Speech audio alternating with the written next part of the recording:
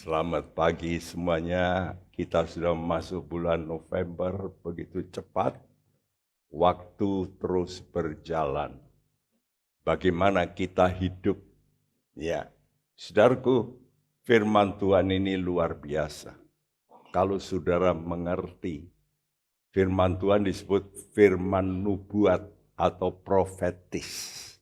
Ya, artinya Tuhan ngomong ini bisa terjadi ribuan tahun yang akan datang. Karena itu kalau kita baca, kita mesti yakin akan datang satu masa yang paling gemilang. Apa itu? Yaitu dunia ini akan dikuasai oleh Tuhan. Dan semua pemerintahan akan dihancurkan oleh Tuhan. Karena Tuhan mau take over, ambil alih. Dan hanya orang-orang yang mengikut dia setia sampai mati. Karena itu tidak perlu takut mati, mereka akan dibangkitkan untuk menerima tubuh kemuliaan. Dan inilah berita Injil yang harus kita percayai. Ya, saudara, kalau saudara cari nama saya, Timotius. Banyak enggak orang pakai nama Timotius? Hah? Banyak. Timotius di Semarang, ya lebih sedikit, betul? Tapi kalau Timotius di Jakarta ada, di mana-mana ada. Tapi kalau Timotius di Semarang lebih sedikit. Tapi kalau saya tambahi lagi, Pendeta Timotius. Cari di Semarang ada enggak? Saudara pernah dengar enggak nama? Pendeta Timotius di Semarang. Kalau Timotius Arifin ada di Bali. Ya, Timotius Hardono ada di Jakarta. Tapi Timotius di Semarang hampir nggak ada. Apalagi ditambah Timotius Subekti. Habis, nggak ada orang lain. Itu cuma pendeta Timotius Subekti di Semarang. Cuma 4. Nggak ada lain. Nah sekarang Alkitab ini bicara Tuhan Yesus. Itu 300-an deskripsi. Bayangin sih ya. Kalau saya 4 deskripsi saja sudah nggak ada yang lain. Tuhan Yesus itu 300 lebih tentang dia. Lahirnya di mana, matinya gimana. 300 lebih catatan yang akan datang sebelum dulu ya. Dia belum datang sudah dikasih tahu. Itu yang membuat Tuhan berkata, coba mana ada Allah yang bisa bicara sebelum peristiwa kejadian. Dan tepat. Karena itu Tuhan itu hidup luar biasa. Karena itu kita mesti belajar hidupi ucapan profetis. Kalau saudara ngomong menurut firman Tuhan, walaupun belum saudara alami, akan saudara alami. Itu namanya hidupi ucapan profetis. Ya, karena Tuhan berkata begini, Amsal 18 ayat 21. Mati dan hidup dalam kuasa lidah. Siapa suka menggemakannya, dia akan makan buahnya.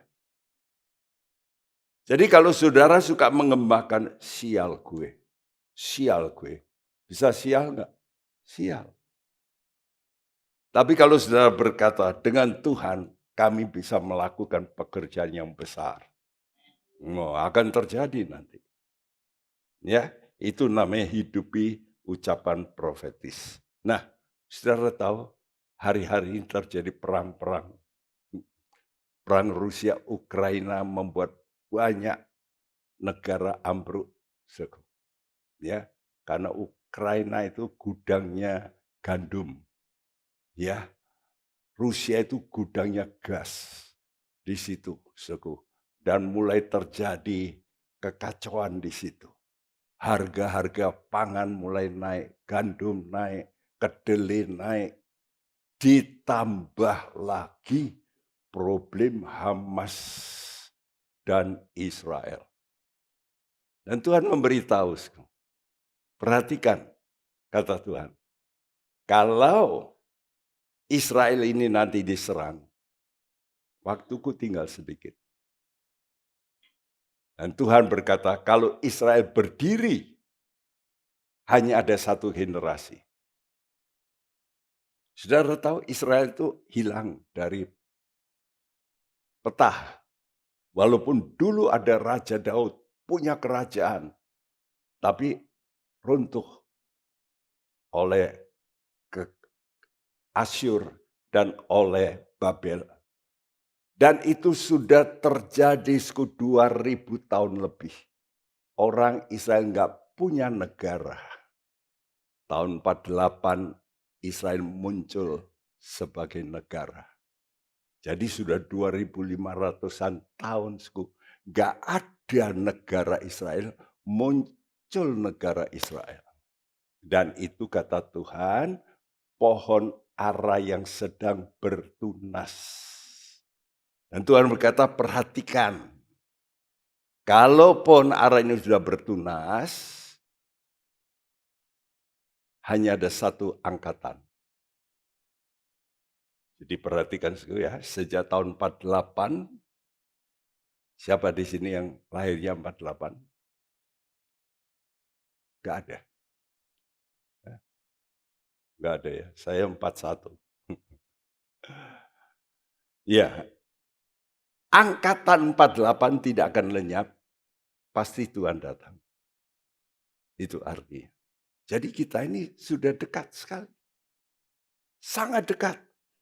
Ya, hari ini kita bicara, makin dekat hari Tuhan, iblis itu makin giat kerja. Karena dia tahu timingnya dia sendiri itu sudah mau habis. Jadi iblis itu ngerti loh. Eskatologi artinya planning Tuhan. Dia mau dihukum, dia ngerti. Ya, waktunya tinggal sedikit. Karena itu sekarang ini iblis sudah mulai gerakan luar biasa. Mana dulu ada gereja yang disebut gereja setan? Ada enggak? Enggak ada. Sekarang muncul di mana-mana. Berani. Alkitab setan. Ya. Saudaraku, bahkan gila-gilaan. Alkitab dirobek-robek di depan umum. Nah, itulah keadaan dunia sekarang ini. Karena itu, saudara, kita akan menghadapi aliran yang menghanyutkan manusia. Ya. Dan aliran itu, saudaraku, disebut aliran sungai Yordan. Seperti orang Israel sebelum masuk tanah Kanaan, mereka harus diperintahkan Tuhan menyeberangi aliran Yordan ini. Kata menyeberang itu aja crossing. Crossing itu artinya memotong. Di cross gitu. Jadi kita ini nanti akan mengalami banyak orang lain amburadul. Tidak percaya Tuhan. LGBT di mana-mana. Nah, kuat enggak kita? Banyak orang makin enggak benar. Banyak hoax. Ya toh sekarang aja sudah lihat. Enggak pernah loh di dunia terjadi seperti ini. Jadi kalau sudah dengar berita belum tentu benar. Karena dibanjiri hal-hal yang enggak benar di dunia ini. Nah, kuat enggak kita? Kalau saudara tidak bergantung sama Tuhan, sudah enggak kuat. Ya, karena ini aliran. Banyak orang ikut. Bahkan di Amerika, saudara tahu di Amerika, gereja yang mengakui homoseks itu lebih dari 50%. Gereja loh. Jadi dapat dibayangkan, waduh rusaknya gereja. Hanya jangan kita pikir, wah, oh gereja itu enggak apa-apa, gereja itu, hati-hati. Ya, kita diperintahkan oleh Tuhan untuk mencapai tujuan akhir kita, mewarisi tanah perjanjian. Ini yang penting, saudaraku. Jadi saudara sebagai pengikut Tuhan harus mendengar perintah ini. Ya, kita bacakan Yosua 1 ayat 1 dan 2. Sesudah Musa hamba Tuhan itu mati, berfirmanlah Tuhan kepada Yosua bin Nun, abdi Musa itu demikian. Hambaku Musa telah mati, sebab itu bersiaplah sekarang, seberangilah sungai Yordan ini, engkau dan seluruh bangsa ini, menuju negeri yang akan kuberikan kepada mereka, kepada orang Israel itu. Ya. Setelah Musa mati, memimpin sampai mendekati tanah perjanjian, Tuhan kata, kamu nggak boleh masuk. Ya, penggantimu yang meneruskan, yaitu Yosua. Ya, lalu Yosua berkata di sini, ya, firman Tuhan, nubuat Yosua menyampaikan ini, suku. Ya, Tuhan berkata dan tentu melalui Yosua, suku, bersiaplah sekarang. Jadi yang pertama, suku, perintah Tuhan untuk kita menghadapi akhir zaman ini yang seperti air yang deras menghanyutkan, banyak orang ikut. Dulu kan, coba sudah lihat LGBT, siapa yang ikut? Nggak ada, takut, sembunyi. Sekarang, oh di mana-mana. Bahkan di negara Israel yang memegang hukum Taurat, itu pesta besar. Makanya Tuhan izinkan Hamas menghajar mereka. Jadi tanpa izin Tuhan tidak mungkin. Ya, jadi orang Israel pun salah. Sampai sekarang menolak Tuhan Yesus. Jadi yang pertama bersiap. Kata bersiap itu artinya bangkit, bangun. Jadi kita ini mesti membangun diri kita. Ini tugas kita. Jadi jangan ya lelet-lelet. Saudara ini tahu ini waktu tinggal sedikit. Saudara mesti bangun dirimu supaya kuat nanti. Yang kedua, seberangi. Kata seberangi berarti kamu mesti bisa potong. Kalau orang lain begini, kamu berkata, no, tidak. Orang lain hoax, buat sebaran, saudara jangan ikut-ikut. Ya, engkau harus bisa crossing, memotong. Yang ketiga, saudara mesti punya tujuan menuju janji Tuhan, tanah perjanjian. Ya, tujuan khotbah ini adalah saudaraku supaya saudara menguduskan dirimu. Ya, ini tugas kita masing-masing. Untuk apa? Supaya Tuhan itu menyertai. Karena Tuhan itu Allah yang kudus. Jadi kalau saudara mau dikawal oleh malaikat-malaikat Tuhan, oleh Tuhan pribadi, oleh Roh Kudus, saudara mesti hidupmu benar dan kudus. Karena itu jangan takut dengan masalah, dengan problem, walaupun berat, tantangan, semua orang bisa salah, bisa tidak kita berdiri teguh. Bisa. Asal kita dengan Tuhan, dekat dengan Tuhan. Karena Tuhan itu maha kuat. Maha kuasa. Mari kita lekat. Dan itu hanya bisa kalau hidupmu kudus. Karena Allah itu Allah yang kudus. Ya. Dan untuk eksposisinya ini, kita buka Alkitab kita Yosua 3 ayat 1 sampai 6. Yosua 3 ayat 1 sampai 6. Ya, lanjut. Nanti kita bacakan ayat ini. Saya bacakan ayat 1, saudara ayat yang kedua bersama-sama. Yosua bangun pagi-pagi. Lalu ia dan semua orang Israel berangkat dari Sitim. Dan sampailah mereka ke sungai Yordan. Maka bermalamlah mereka di sana sebelum menyeberang. Setelah lewat 3 hari, para pengatur pasukan menjalani seluruh perkemahan. Dan memberi perintah kepada bangsa itu, katanya, segera sesudah kamu melihat tabut perjanjian Tuhan Allahmu yang diangkat para imam, yang memang suku Lewi, maka kamu harus juga berangkat dari tempatmu dan mengikutinya. Hanya antara kamu dan tabut itu harus ada jarak kira-kira 2000 hasta panjangnya. Janganlah mendekatinya, maksudnya supaya kamu mengetahui jalan yang harus kamu tempuh, sebab jalan itu belum pernah kamu lalui dahulu. Berkatalah Yosua kepada bangsa itu, kuduskanlah dirimu, sebab besok Tuhan akan melakukan perbuatan yang ajaib di antara kamu.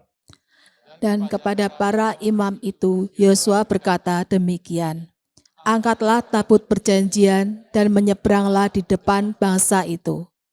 Maka mereka mengangkat tabut perjanjian dan berjalan di depan bangsa itu. Ya, jadi ada 3 hal juga yang harus dilakukan.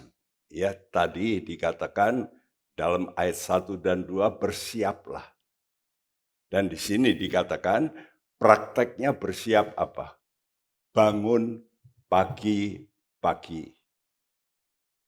Ya. Orang di Puri pasti bangun pagi. Karena datangnya pagi, pasti bangun pagi. Ya. Tapi kalau bisa saudara praktekkan hidup bangun pagi. Kenapa? Coba lihat orang-orang zaman dulu. Mana ada yang lelet-lelet bangun jam 12. Sekarang ini banyak. Bangun jam 11, jam 12. Ya toh? Saudaraku, ada pepatah bahasa Inggris berkata, early to bed, early to rise. Make men wise. Apa? Early to bed, early to rise. Make men wise. Do you want to be wise? Mau nggak wise? Wise itu bijak. Jadi kita mesti menggunakan, karena Tuhan sudah kasih waktu detox segala ya toh. Baru kita ngerti ya. Kalau tidurnya kemalaman nanti tua sakitan. Karena ada waktu detoxnya. Ya, istimewa jam 11 itu udah mulai detox alamiah. Ya. Jadi yang pertama bangun pagi-pagi. Kenapa bangun pagi-pagi? Ternyata tugas bangun pagi ini untuk menyiapkan mulut ini. Nanti saya terangkan. Kenapa kita mesti bangun pagi? Supaya mulutnya ini bersih. Memang nyanyian berkata, habis bangun, bangun tidurku terus mandi. Habis mandi, tak lupa menggosok gigi. Ayatah. Di mulut ini loh, kalau sudah tidur mulutnya bau enak enggak? Ambune. Ya, jadi mulut kita ini mesti kita siapkan tiap pagi. Why? Nanti kita terangkan. Yang kedua, tadi dikatakan, supaya mereka melihat tabut perjanjian. Lalu mengikuti. Kenapa, Karena tabut ini bicara tentang persekutuan dengan Tuhan. Disitulah kekuatan. Jadi kamu mesti lihat, punya visi bersama dengan Tuhan, saya pasti kuat.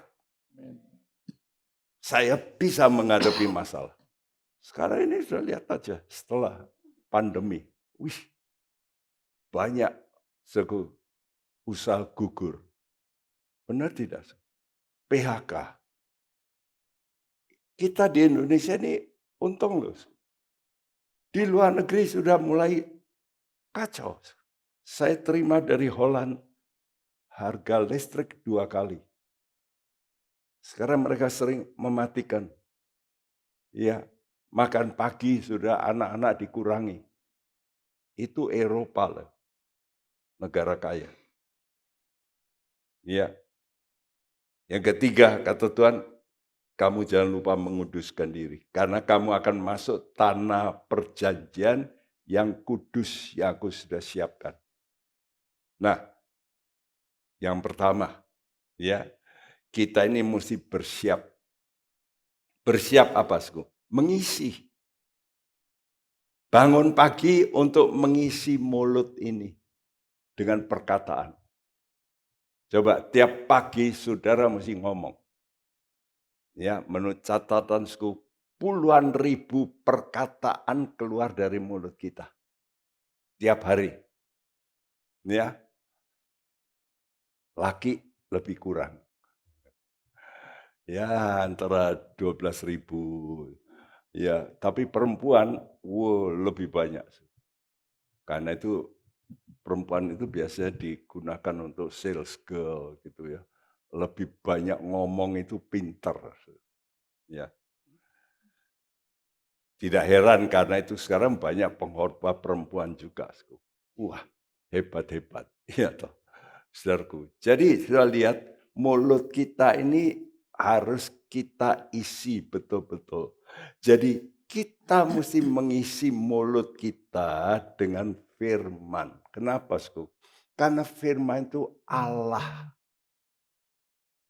Yohanes 1 ayat 1 mengatakan, Sku, pada mulanya adalah firman. Dan firman itu Allah. Jadi bayangkan, Sku, kalau saudara mulutmu diisi dengan firman, berarti sudah mengisi Allah di mulut. Nah, siapa lawan Allah? Enggak ada. Ya. Karena itu kebenaran itu pasti menang. Ya. Dan hidup dan mati dikuasai lidah. Nah, ini kita mesti lakukan. Saudaraku, bobot ucapanmu itu tergantung dari siapa yang bicara. Kalau saudara sebagai orang biasa, tukang becak yang ngomong, orang nggak nganggap.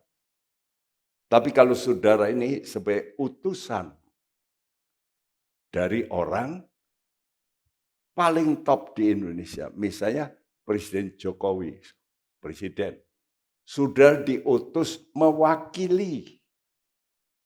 Ya, maka saudara walaupun presidennya tidak datang, tapi wakilnya ini diperlakukan seperti Bapak Presiden. Karena dia akan ngomong. Dan ngomongnya tentu sudah disetujui oleh Presiden yang sudah dibuat oleh menteri-menterinya. Dilihat oleh Pak Presiden, lalu tinggal ngomong, menyampaikan. Itu duta besar kan begitu. Begitu datang ke satu negara, dia mesti bawa gulungan surat yang namanya kredensial. Ini surat ya yang punya otoritas. Jadi kalau kita sebagai wakilnya Tuhan, wakil, ya, karena kita ngomong perkataan Tuhan, berarti kita punya bobot ucapan. Hanya jangan sembarangan ngomong. Dalam surat 1 Petrus 4 ayat 11, kalau kamu ini bicara seperti menyampaikan firman. Makanya orang kalau maki-maki, wah sudah tidak masuk hitungan Tuhan. Pasti paginya itu enggak siap. Jadi malamnya sudah jengkel, nggak bisa tidur. Paginya sudah sewot. Ngawur ngomong ucapannya. Ya. Jadi bagaimana kita bisa mengisi mulut kita ini? Tergantung dari persekutuan kita dengan Tuhan. Sampai Tuhan itu juga bicara lebih dulu kepada kita. Jadi mesti ada apa, mesti ada waktu. So, tiap pagi jangan lupa, kalau Anda mau kuat dalam hidup, menghadapi tantangan zaman ini, jangan lupa tiap pagi baca Alkitab. Saudara, masukkan perkataan Tuhan. Nah, dalam perjanjian lama, orang Israel harus bangun pagi. Semua. Kenapa? Karena kalau tidak bangun pagi, tidak dapat makan mana hari itu. Karena mana itu seperti butir-butir ketumbar, kecil-kecil. Turun. Waktu jam-jam 4, jam 5. Waktu embun turun dikatakan. Nanti sudah baca dalam Keluaran ya seluruhnya. Waktu lagi masih pagi-pagi sekali. Tuhan turunkan embun. Lalu bersama embun itu ada biji-biji seperti biji ketumbar. Ya, kalau dimakan ada seperti madunya, manis. Dan sudah tahu makanan yang diturunkan Tuhan untuk 3-4 juta orang tiap hari. Ya, saudaraku, itu selama 40 tahun. Mereka tanpa nanam, tanpa beli, tapi dapat makanan. Yang membuat mereka bisa kuat. Dikatakan mereka jalan tidak ada kaki yang bengkak. Bayangin. Karena itu saya percaya kalau saudara suka juga makan firman Tuhan, tubuhmu juga sehat. Kenapa? Karena jiwamu sehat. Ditulis dalam surat 3 Yohanes. Aku berdoa supaya kamu sehat-sehat saja sebagaimana jiwamu sehat. Apa itu jiwa? Pikiran, perasaan, kehendak.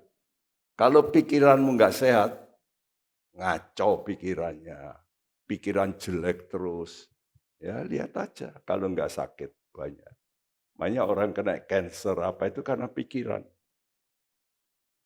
Sakit mah, pikiran. Betul. Ada mah yang bukan karena pikiran memang.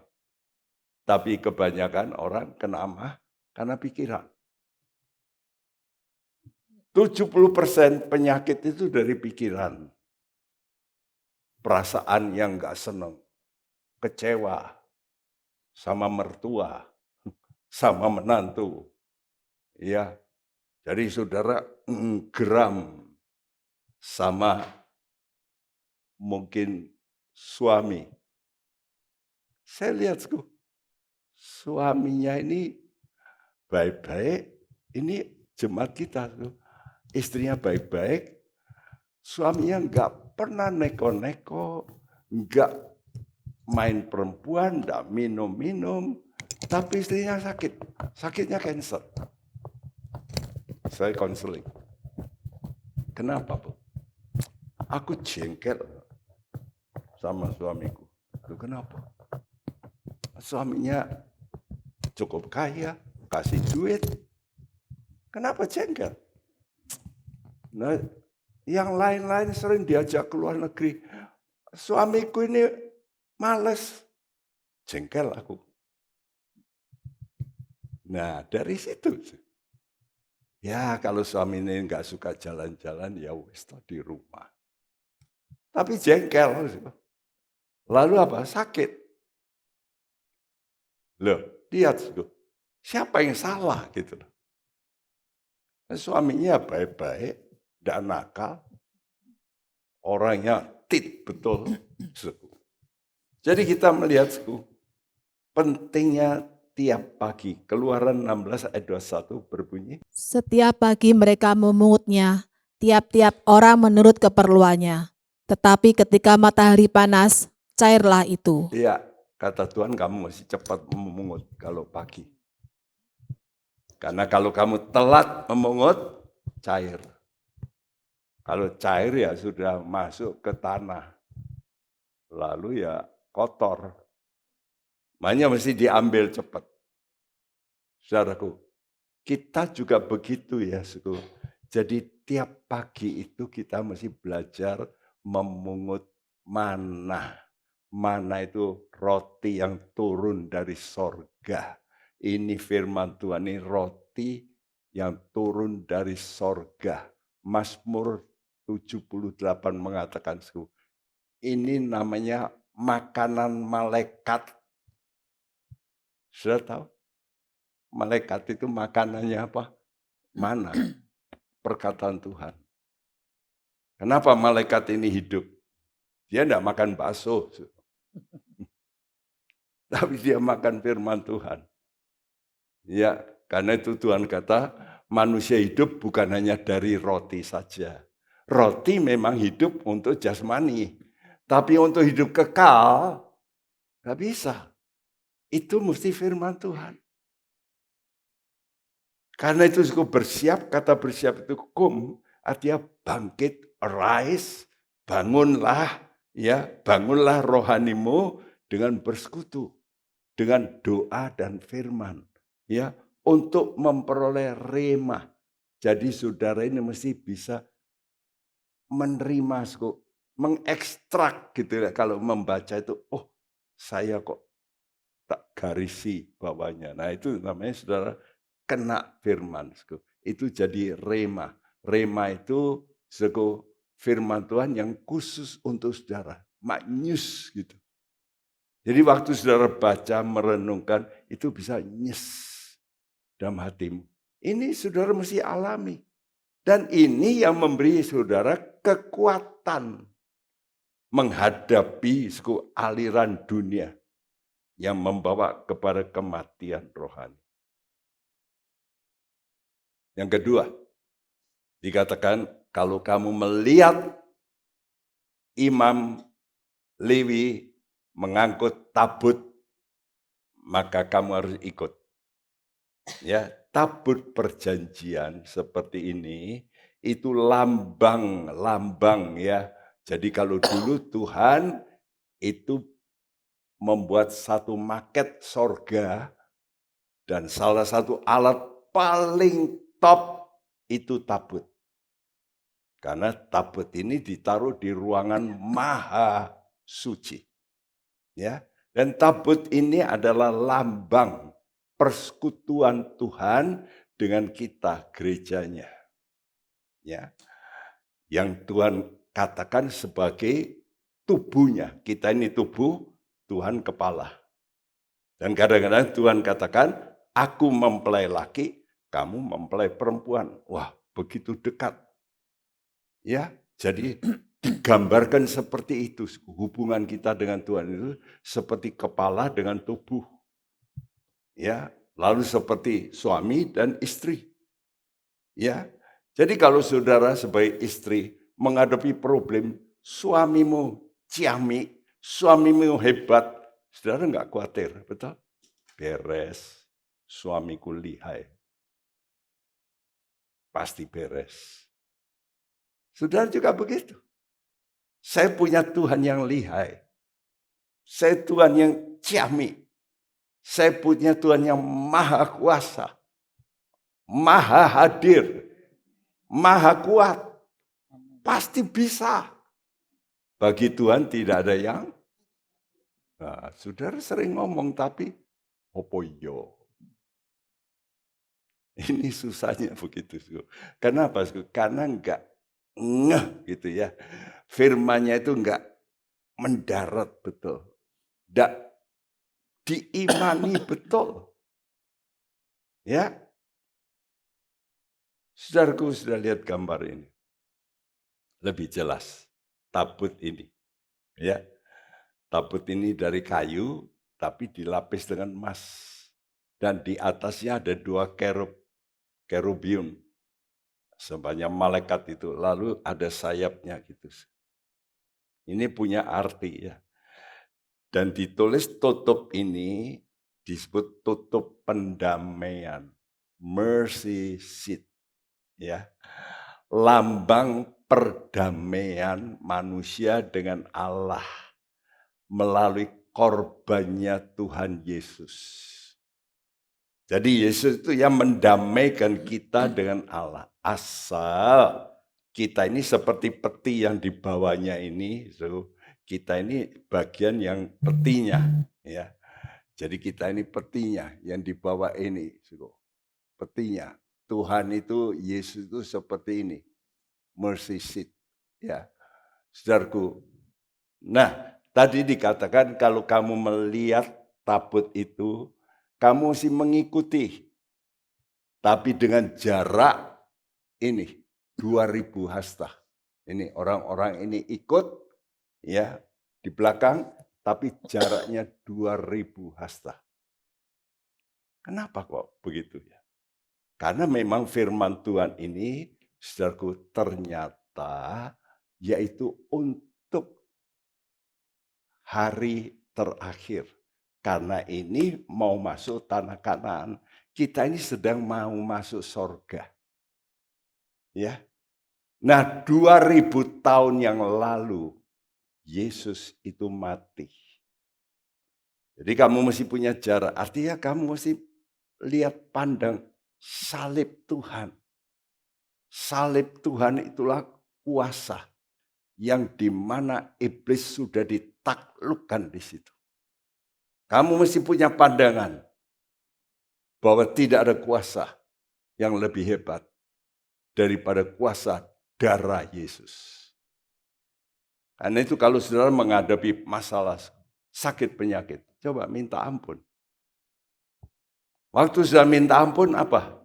Tuhan kata, maka darah Yesus itu akan diberikan kepadamu. Nah, darah Yesus inilah yang mengcover kita. Menjaga kita. Ya, membuat kita ini gak bisa iblis itu lalu menghantam kita. Karena itu kalau saudara sakit atau apa, coba membuat pengakuan. Saya baru sakit, saya membuat pengakuan sama Tuhan. Ya, lalai dan sebagainya. Pasti ada. Ya. Jadi kita ini mesti ngerti, kalau ada masalah jangan menyalahkan orang. Kita mesti melihat, kenapa ya? Something wrong dalam hidupku. Aku mesti bereskan. Dan pemberesan paling baik itu kalau saudara mau mengaku kesalahanmu. Karena Tuhan itu Tuhan yang maha kasih. Jikalau kita mengaku kesalahan kita, maka semua kesalahan kita akan dihapus oleh Tuhan. Tapi mesti mau mengaku. Ya, orang yang sombong itu paling sukar ngaku. Ngaku salah. Mana suami yang sombong repot.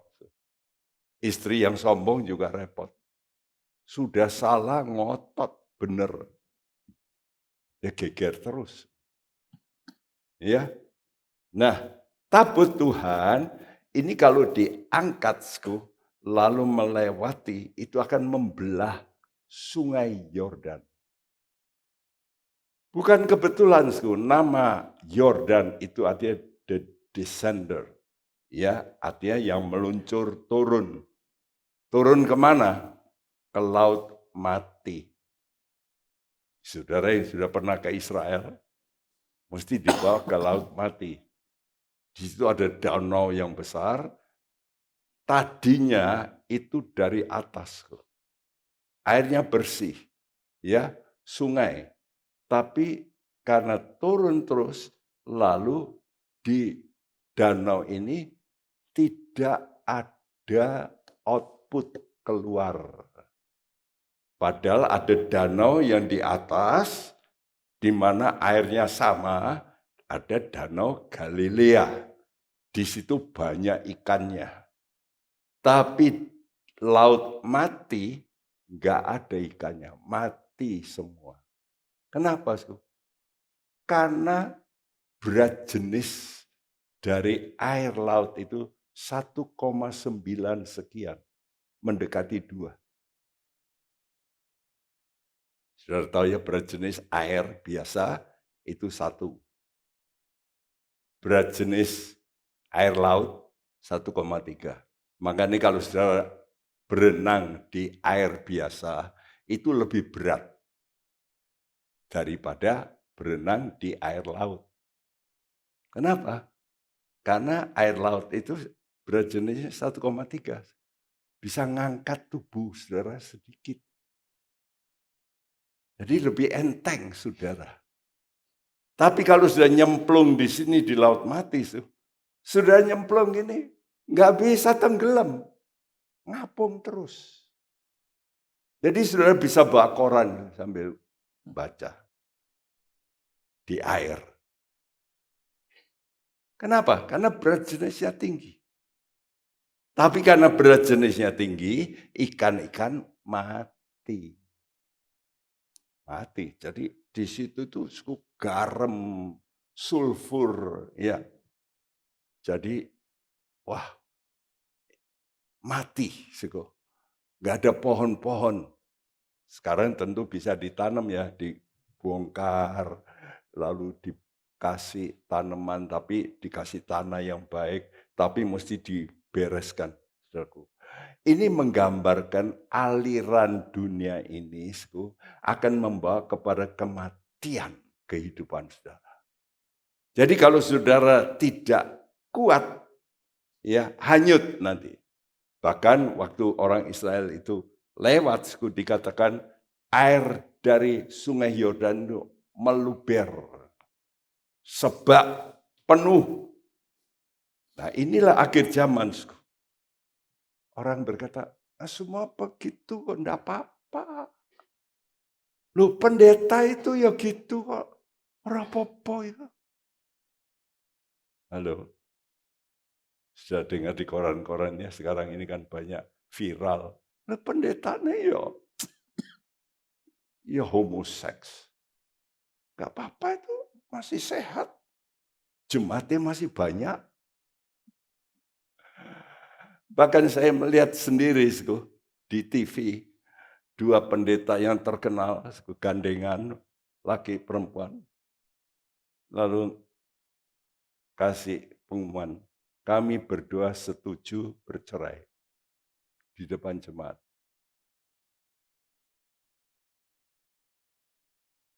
Itu Amerika. Lucu ya. Setelah cerai, ya banyak yang ikut masih itu. Piye jalan. Kayak begitu itu gimana? Rusak dunia ini. Nah kalau sudah berkata, lah pendeta ini tidak apa-apa toh. Ya tidak apa-apa toh. Kan boleh, pendeta ini ya sama. Itu loh yang membuat banyak orang kalau tidak bersekutu kuat dengan Tuhan, hanyut. Ya. Karena itu, saudaraku, kalau kita tidak punya kepentingan yang paling penting, yang pertama tadi ucapan kita mesti kudus. Yang kedua tadi yaitu visi kita, pandangan kita mesti kudus juga. Persekutuan dengan Tuhan. Dan yang terakhir ini adalah kita mesti mengarah kepada tujuan. Hidup kita ini kalau tidak sampai kepada tujuan, gagal. Untuk apa saudara ke gereja? Kalau nanti mati, lalu turun ke neraka. Kata Tuhan, untuk apa kamu mempunyai seluruh dunia? Kamu kaya, tapi jiwamu binasa. What for? Untuk apa? Nanti ngerti kalau mau mati. Kita itu kalau belum mati masih, tapi kalau sudah mati itu, bojai lah, nggak ada gunanya. Mama saya dulu begitu. Siapa raja di dunia ini paling hebat? Alexander the Great. Umur 26 menjadi raja dunia. Bukan raja Mataram loh. Raja dunia 26 tahun. Ya. Waktu dia nyenangi seorang wanita mau menikah, diutuslah orang datang ke orang tuanya. Raja mau meminang. Mau minta apa? Wah, kebetulan ini ya punya anak cantik lalu mau dipinang. Aku minta permata 1 koper. Kebangetan. Pegawai raja balik ngomong sama Alexander. Kira-kira marah ya Alexander? Enggak itu, malah ketawa.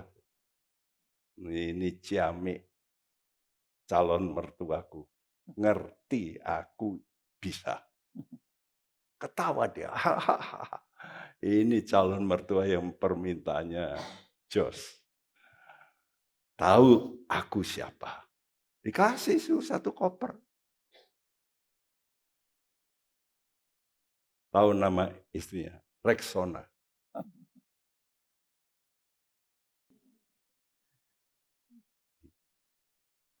Odorono Rexona. Saudaraku, tapi waktu mau mati, dia pesan, dia kena sakit jantung. Syak. Dia berkata pada dokter-dokternya, kalau aku mati, buatlah peti mati, dikasih lubang 2. Lu untuk apa? Tanganku dikeluarkan. Dan nanti kalau aku mati dalam iring-iringan, tolong uang itu disebarkan. Ya. Kenapa? Dokternya tanya. Karena untuk melihat aku nggak bawa apa-apa. Kalau aku mati. Halo? Ini orang kaya bukan main. Raja dunia. Ya, 26 tahun. Masih muda. Tapi Tuhan berkata, negeri yang aku arahkan ini negeri yang kudus. Karena itu mesti orangnya yang diam itu mesti kudus. Imamat 20 ayat 26. Kuduslah kamu bagiku, sebab aku ini Tuhan, kudus, dan aku telah memisahkan kamu dari bangsa-bangsa lain, supaya kamu menjadi milikku. Iya, aku ini Tuhan kudus. Aku pisahkan kamu. Kudus itu artinya saudara mesti berani pisah. Dari yang enggak benar. Dari persekutuan teman-teman yang enggak benar. Ya, hati-hati muda-mudi. Jangan sampai kita bersekutu dengan muda-mudi yang ini boleh, itu boleh. Ya, saya marahi juga suku keluarga yang nyoba-nyoba. Mungkin karena teman-teman nih, ya minum vape. Halo, ini sekarang banyak vape ya. Sedotan rokok elektrik. Rasanya buah. Enak Ini bukan rokok. Enggak apa-apa. Enak Itu lebih jahat daripada rokok. Ada perintahku. Kuduskanlah dirimu. Sebab besok Tuhan akan melakukan perbuatannya ajaib. Ajaib. Karena itu kalau saudara hidupmu kudus, nanti saudara akan melihat keajaiban Tuhan Amin. terjadi dalam hidupmu. Amin.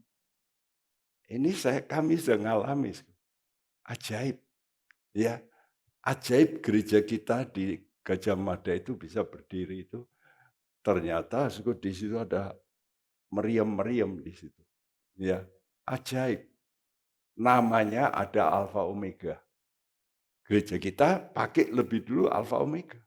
Loh, kok bisa meriamnya Alfa Omega? Kalau sudah nggak percaya, pergi ke museum. Lihat di situ. Dari 4 meriam di museum, ada 2 meriam tulisan Alfa Omega. Sehingga waktu mengajukan surat izin, belum dapat izin, masih ditumpuk. Tapi waktu kita beritahu, oh kalau gitu untuk gereja ditekan. Ajaib. Ya, luar biasa. Saudaraku, Tuhan itu sudah memberitahu lebih dulu melalui perkataan nubuat. Tidak perlu kita baca, firman nubuat yang akan datang. Tuhan berkata di sini, aku datang dan diam di tengah-tengahmu.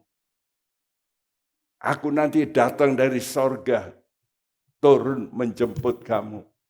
Dan aku akan diam di tengah-tengahmu. Di mana? Di tanah yang kudus. Ya. Sebab ia telah bangkit dari tempat kediamannya yang kudus. Jadi pastikan, kita nanti akan bersama dengan Tuhan selama-lamanya. Karena itu mari kita bersukacita. Jangan kita risau ngadepi dunia ini. Aduh, banyak orang berkata, piye Pak Bekti kalau terjadi apa-apa piye. Ya, dulu terjadi COVID, lalu apa? Borong semua, betul? Takut kehabisan, wah habis. Di Amerika sekarang sudah bikin makanan yang bisa expire 20 tahun.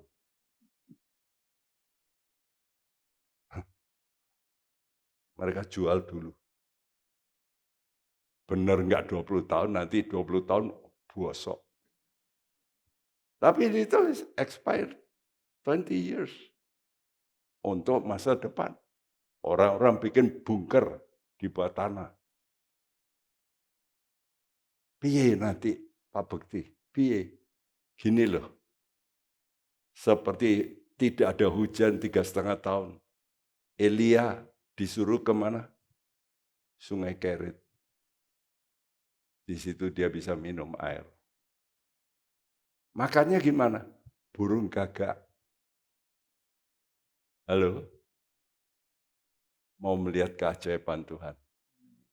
Pokoknya kita orang ngerti lah. Tuhan kita, Tuhan yang ajaib. Tuhan akan menjaga, melindungi kita. Karena Tuhan kita, Tuhan yang ajaib. Yuk, engkau bersamaku di setiap musim hidup.